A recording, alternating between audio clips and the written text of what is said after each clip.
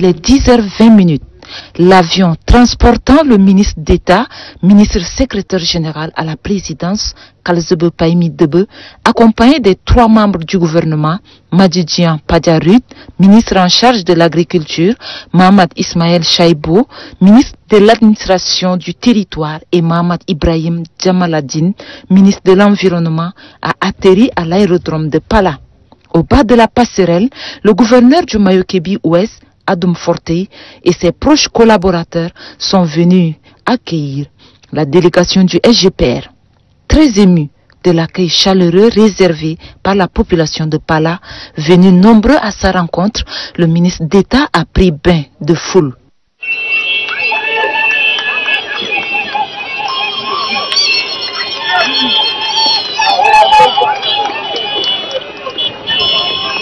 Après cet accueil, le cortège du ministre d'État s'est ébranlé au gouvernorat où le SGPR a eu une petite rencontre avec le gouverneur avant de se diriger sur le lieu de la cérémonie.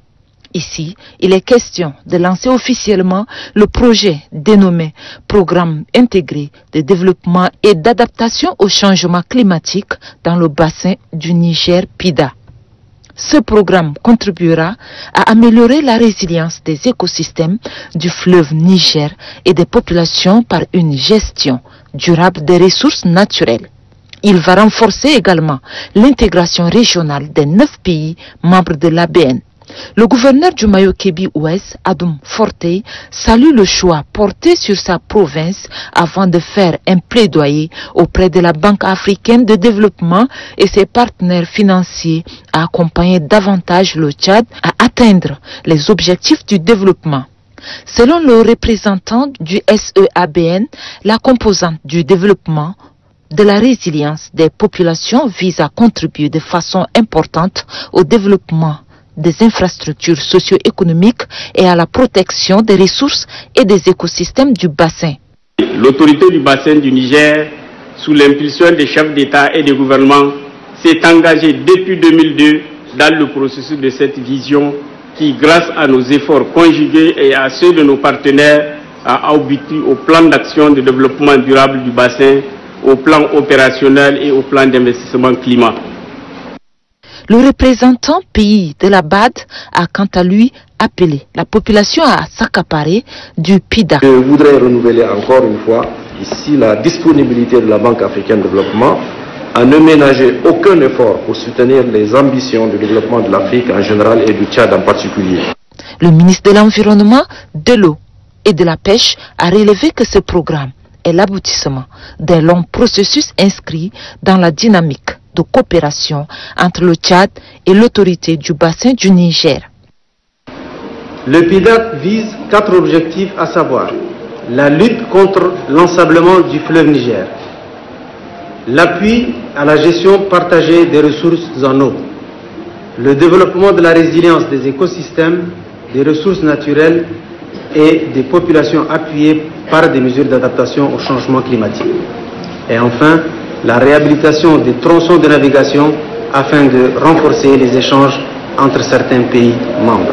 Ce programme contribuera à renforcer l'intégration régionale des 9 pays membres du bassin.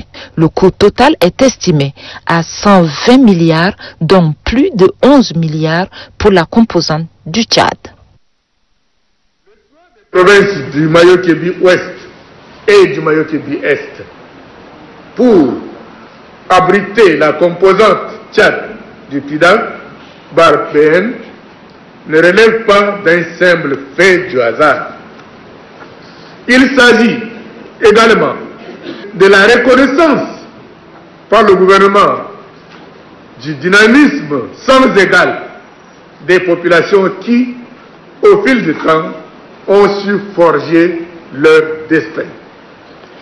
Je citerai, entre autres, pour preuve, les progrès fulgurants réalisés dans le domaine de l'éducation grâce à leurs propres efforts. Quoi de plus normal quand on sait que, tant du point de vue agricole, halieutique que pastoral, les 2 régions constituent un vivier. Ces deux provinces, dont la vie économique et sociale reste largement tributaire de la productivité des écosystèmes et des ressources naturelles, subissent de nos jours de plein fouet les effets néfastes de la dégradation de leur potentialité naturelle liée aux actions anthropiques et au changement climatique. Dans le cadre de ces programmes, les actions qui seront menées dans les deux Mayo-Kébi, considérées comme la partie la plus peuplée de notre pays, vont profiter à des milliers de personnes issues de couches sociales vulnérables, ciblées parmi les jeunes et les femmes. Elles se traduiront par la création de petites et moyennes entreprises, la récupération de 30% des terres dégradées et en un mot, la récupération des terres et la restauration de sa fertilité avec notamment la mise en œuvre des ouvrages agricoles, pastoraux, piscicoles et hydrauliques.